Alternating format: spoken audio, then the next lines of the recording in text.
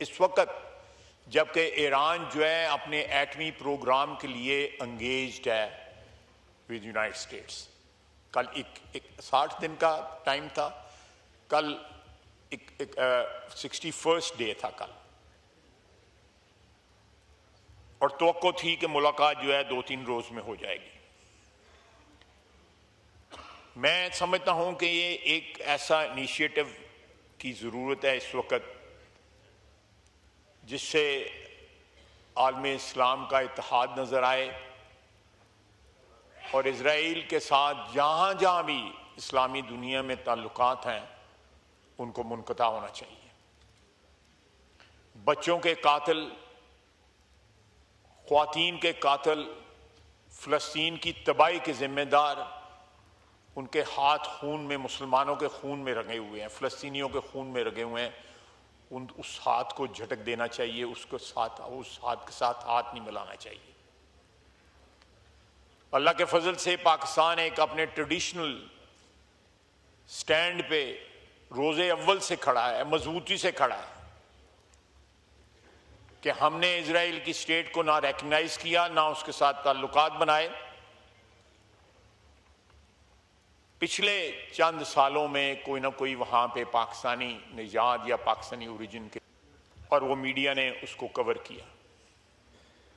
किस तरह गए, कौन उनको लेके गया, किसने उनको स्पॉन्सर किया, मैं उसकी तफसील में नहीं जाना चाहता, लेकिन ये बात अटल है कि ज़ायनिज़्म जो है वो सारी इस्लामी दुनिया का दुश्मन। जो सेहूनी नजरिया या सेहूनी ताकतें जो हैं, मैं सारे यहूदियों को उसमें नहीं शामिल करना चाहता, क्योंकि बहुत से यहूदी जो है इस वक्त फ़लस्तीन की हमायत भी कर रहे हैं, वो सुलह भी चाहते हैं, वो एक ऐसे मुल्क की जो है बुनियाद भी डालने चाहते हैं जिसमें तमाम नेशनैलिटीज़ या कौमें जो हैं या मज़ाहिब के लोग जो हैं वो मिलके रह सकें। जनाब स्पीकर, मैं इस ईवान की वसातत से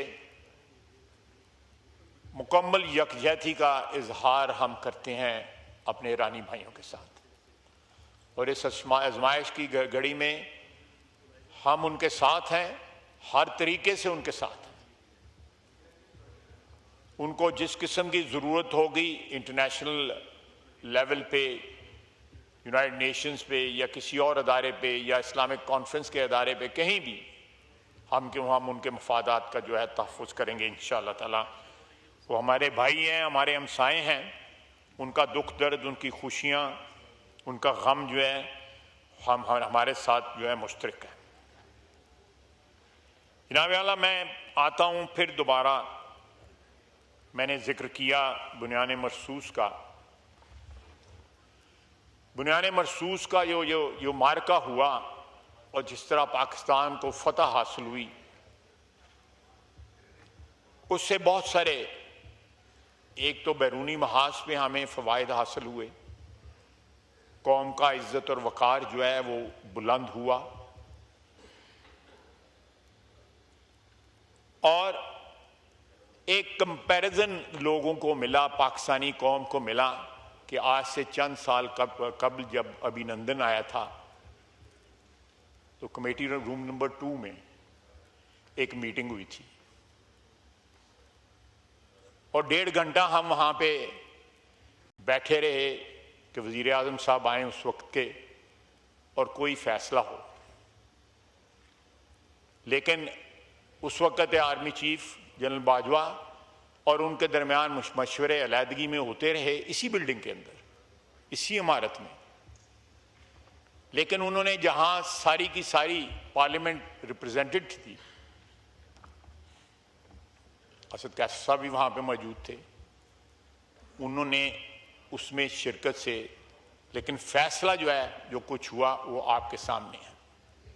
हमने अभिनंदन को वापस किया और वो एक सरेंडर था।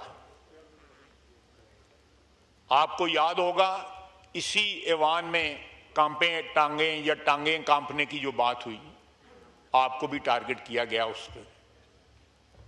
ये सारा तारीख है और हम उस तारीख पे उस वक्त भी शर्मिंदा हुए, आज भी शर्मिंदा हैं कि आर्मी चीफ और उस वक्त के वजीर आजम ने मिलकर कौमी वकार को ठेस पहुंचाई और जो फतह उस वक्त एयरफोर्स ने हासिल की, एक जहाज जो है पाकिस्तानी स्पेस को जिसने वायलेट किया उसको गिराया और उसके पायलट को हमने गिरफ्तार किया। लेकिन एब्जेक्ट सरेंडर जो है विदिन 24 आवर्स जो है हमने किया। क्या वजूहत थी, मैं उसकी तफसील में नहीं जाना चाहता। लेकिन अब जो हुआ, फॉर्चुनेटली मेरे लिए ये बड़ा फख्र का मुकाम है कि मैं उस सारे प्रोसेस का हिस्सा रहा।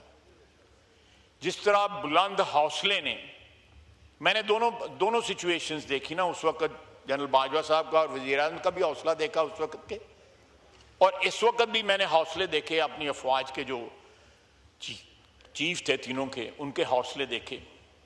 उस रात जो है आधी रात को ये फैसला हुआ कि हमने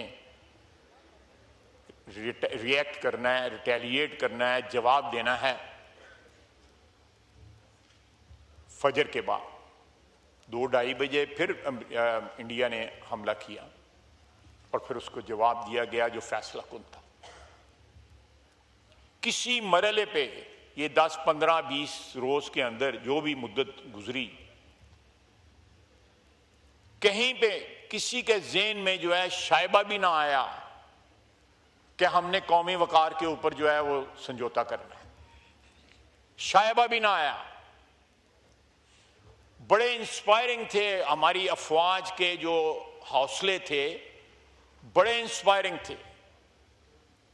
बड़ी मुद्दत के बाद जो है रियासत में जो है एक एतमाद आया, हम लोगों को एतमाद आया, अवाम को एक एतमाद आया कि हमारे मुहाफ़िज़ जो हैं वो दलेर हैं, रेजोल्यूट हैं और उनके हौसले बुलंद हैं और पाकिस्तान के चप्पे चप्पे की हिफाजत करेंगे। और जो हमारी एयरफोर्स ने कमाल दिखाया, जिनके जहाज थे वो भी आशश कर उठे, वो भी आके पूछते हैं कि ये जहाज हमने तुम्हें दिए थे, NH की लाया है ये जरा कमाल दिखाया, ये उनको भी नहीं पता। ये सारे का सारा जो है इंडिजिनस जो है हमारी टेक्नोलॉजी, हमारे बच्चों ने, हमारे जो साइबर वॉरियर्स ने, वहां पे जो है स्टेडियम की लाइटें चली गई, IPL बंद हो गया, पानी रिलीज हो गया डैम्स में, ग्रिड बंद हो गए। ये सारी बातें जो हैं, ये सारे हमले जो है, जो साइबर अटैक्स जो थे, ये हमारे बच्चों ने किए,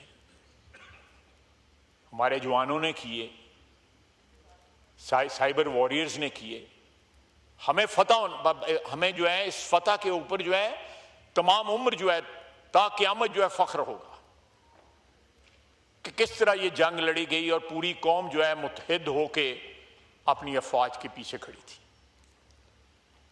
एक पूरी नस्ल को जो है हमारी अफवाज की जो लीडरशिप है उसने इंस्पायर किया है। रियासत के अंदर एतमाद जो है वो कहीं नीचे था, वो आसमान को छू रहा है। जनाब स्पीकर, बजट के दिन है, फौज की मजबूती और मईशत की मजबूती दोनों हैंड इन हैंड चलते हैं।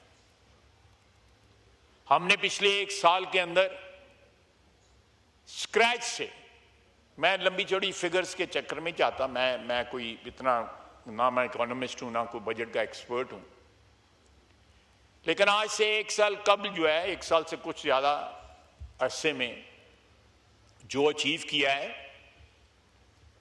मैं वज़ीर ख़ज़ाना को खराज तहसीन पेश करता हूँ। वो गैर सियासी शख्स हैं, टेक्नोक्रेट हैं, बैंकर हैं, गो उनकी फैमिली जो है उनका सियासत के साथ गहरा ताल्लुक आज भी है और रहा भी है। लेकिन जिस तरह उन्होंने पाकिस्तान के लिए एतमाद जो है हासिल किया बैनुल अक़वामी जो फाइनेंशियल इंस्टीट्यूशंस हैं उनसे, वो कमाल है।